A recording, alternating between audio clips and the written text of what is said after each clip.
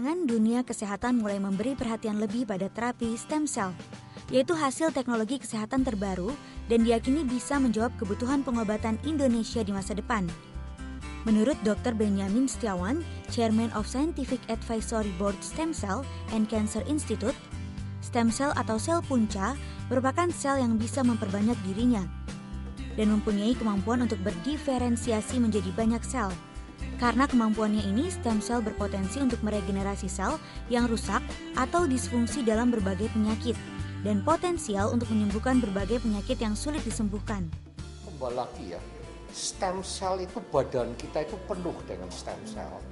Tugas dari stem cell itu sebenarnya melakukan regenerasi. Jadi kalau terjadi luka dan sebagainya, yang menyembuhkan apa? Stem cell itu yang menyembuhkan. Kalau ada luka di tangan, ya seumpamanya, itu yang menyembuhkan luka itu stem cell, ya enggak. Kalau dapat serangan jantung, apa yang terjadi? Stem cell yang begitu. Jadi stem cell ini istimewanya adalah melakukan homing. Jadi mencari tempat-tempat yang sedang lagi menderita seolah-olah. Seperti burung dara, ya, selalu mencari tempatnya itu ke rumahnya, melakukan homing. Nah, itu stem cell istimewanya juga begitu. Ya, mereka stem cell itu yang banyak stem cell itu sebenarnya badan kita penuh stem cell. Tapi yang paling banyak di sumsum tulang. Sumsum tulang simpenan dari stem cell ini. Kemudian kalau dapat serangan jantung, dari serangan jantung itu mengeluarkan zat-zat namanya messenger, ya enggak. Untuk kasih tahu kepada stem yang di sumsum tulang itu, ini saya butuh bantuan ini. Si stem cell dari sumsum keluar masuk ke jantung yang menderita itu. Tapi nggak cukup, ya. Akibatnya itu mesti dapat bantuan dari luar. Yang istimewa adalah amfibi cecak, ya enggak. Itu yang itu istimewa. Cecak kalau buntutnya putus, itu disembuhkan. Yang nyembuhkan apa? Stem cell. Stem cellnya itu semuanya lari ke situ dalam 3, 4, 5 hari sembuh. Bahkan di amfibi, ya, jantung itu. Kalau jantung digunting, ya enggak, juga sembuh jantungnya. Mempet sendiri dan sembuh sendiri. Itu istimewanya stem cell. Manusia itu sudah terlalu berkembang lebih jauh lagi. Jadi menjadi sedemikian sophisticatednya, jadi stem cell itu ada pengaruhnya, tetapi tidak begitu besar lagi pengaruhnya. Jadi mesti dapat bantuan dari luar lah.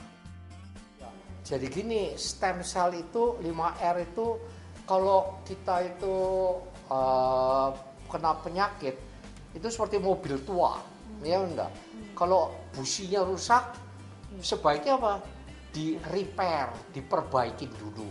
Itu fungsinya stem cell. Stem cell berusaha memperbaiki luka-luka itu. Tapi kalau lukanya sudah besar, maka nggak bisa diperbaikin, di replace, diganti, ya enggak. Itu stem cell menggantikan itunya. Kalau di replace nggak cukup, ya mesti di apa?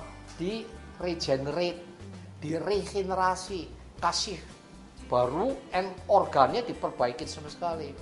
Kemudian yang kedua direhabilitasi, ya. Jadi kalau banyak yang rusak kayak rumah itu, ya mau diperbaikin lah, direhabilitasi. Angen-angennya adalah direjuvenasi, dimudahkan lagi. Jadi orang tua pada suatu hari waktu bisa ngalamin rejuvenation dengan stem cell.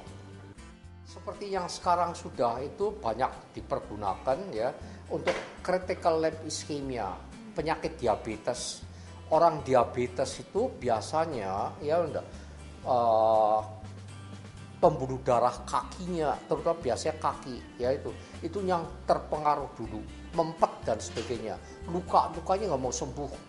Itu sekarang kalau dikasih stem cell itunya akan sembuh luka-lukanya. Jadi daripada diamputasi, sebenarnya stem cell manfaatnya banyak sekali. Jadi stem cell sekarang yang banyak dipakai adalah buat diabetes, ya enggak, buat osteoartritis, ya enggak, buat jantung. Yang masih mau perlu buat penyakit degeneratif otak, ya enggak. Itu sekarang manfaatnya banyak sekali. Terutama buat orang-orang yang sudah tua, ya. Dan juga banyak penyakit-penyakit itu banyak sekali yang sampai sekarang nggak bisa disembuhkan. Dan kemungkinan besar kalau dikasih stem cell akan sembuh. Masalahnya memang masih banyak sekali mengenai stem cell ini, dan juga banyak disalahgunakan. Ya. Tapi kembali lagi menurut saya penting sekali pemerintah itu supaya lebih liberal. Ya. Liberal artinya itu supaya lebih banyak memberikan kesempatan untuk pemanfaatan stem cell ini. Kembali lagi banyak penyalahgunaan. Ini sebenarnya peran dari pemerintah untuk menghentikan penyalahgunaan ini. Jadi supaya diarahkan sehingga manfaat stem cell bisa cepat dirasakan oleh masyarakat luas. Penyalahgunaan umpamanya ya menggunakan sel-sel dari binatang, ya enggak, dari kelinci, dari domba, dari rusa, nggak tahu dari apa lagi, ya enggak. Tapi ngapain, ya? Itu kalau di luar negeri dilarang, ya penggunaan dari sel-sel binatang ini. Kan lebih baik pakainya sel manusia, ya. Kalau binatang itu artinya xeno, ya dari yang sekarang banyak itu dari namanya kelinci sama domba. Nah, ini saya baru dengar sekarang dari rusa, dari New Zealand itu. Ini sebetulnya dilarang sudah, tapi padang melakukannya, ya. Di Amerika ketat sekali. Tapi akibatnya apa? Ya lantaran orang yang sudah penyakit nggak bisa sembuh kan pada lari mereka, ya. Harapannya kan dapat stem cell. Larinya kemana sekarang? Ya mereka itu yang menderita itu ke Amerika Latin, di Puerto Rico, Meksiko dan lain-lainnya. Kalau yang sekarang juga banyak itu di Asia, perginya kemana? Ke Thailand, Malaysia, China, India. Jarang yang ke Indonesia. Kan sayang, ya enggak? Karena ini kesempatan, ya. Indonesia lagi kekurangan dolar, ya. Kalau di Indonesia dibuka kesempatannya seperti Malaysia, Thailand, tapi terkontrol, ya enggak. Jadi umpamanya bisa lakunya di RSCM atau di Medistra atau di mana, ya. Saya kira banyak sekali pasien akan datang ke sini, ke Indonesia. Apalagi kalau dibukanya di Bali, ya. Jadi mereka kalau bukanya di Bali, ya, pada datang selainnya namanya liburan, sekalian berobat daripada ke Thailand sama Malaysia. Karena ini kesempatan yang untuk ditangkap, pergunakanlah hal ini. Bahwa lantaran stem cell ini mesti merupakan sesuatu yang baru, ya enggak. Jadi mesti dilakukan percobaannya dulu. Bermanfaat apa enggak? Tapi saya usulkannya clinical trials boleh supaya dilakukan di sini dipermudah. Ya, clinical trials dipermudah. Akan banyak sekali perusahaan-perusahaan luar negeri masuk ke Indonesia. Ya, walaupun memang clinical trials di Indonesia masih juga banyak hambatannya lantaran apa? Dokter-dokternya satu kurang pengalaman dan kurang disiplinnya. Jadi sekarang banyak yang dilakukan di Singapura, Malaysia, China, India, yaitu yang lakukannya di sana. Lantaran relatif murah. Saya kira kalau dilakukannya di Indonesia, bisa di Indonesia, akan juga banyak manfaatnya. Di RSCM sendiri sekarang setahu saya, ya, lantai 5 akan dipakai khusus untuk stem cell ini, penelitian stem cell. Ya, tapi mestinya saya kira lantaran ini kesempatan, jadi jangan di RSCM saja, ya. Banyak fakultas-fakultas lain. Erlangga sudah maju sekali, ya enggak. Brawijaya, ya, mesti nyebar. Undip, Gajah Mada, ya. Jadi supaya benar-benar manfaat stem cell ini laboratorium dikembangkan semuanya, supaya dikasih kesempatannya sama. Dan yang swasta yang swasta juga mesti ikut berkembang.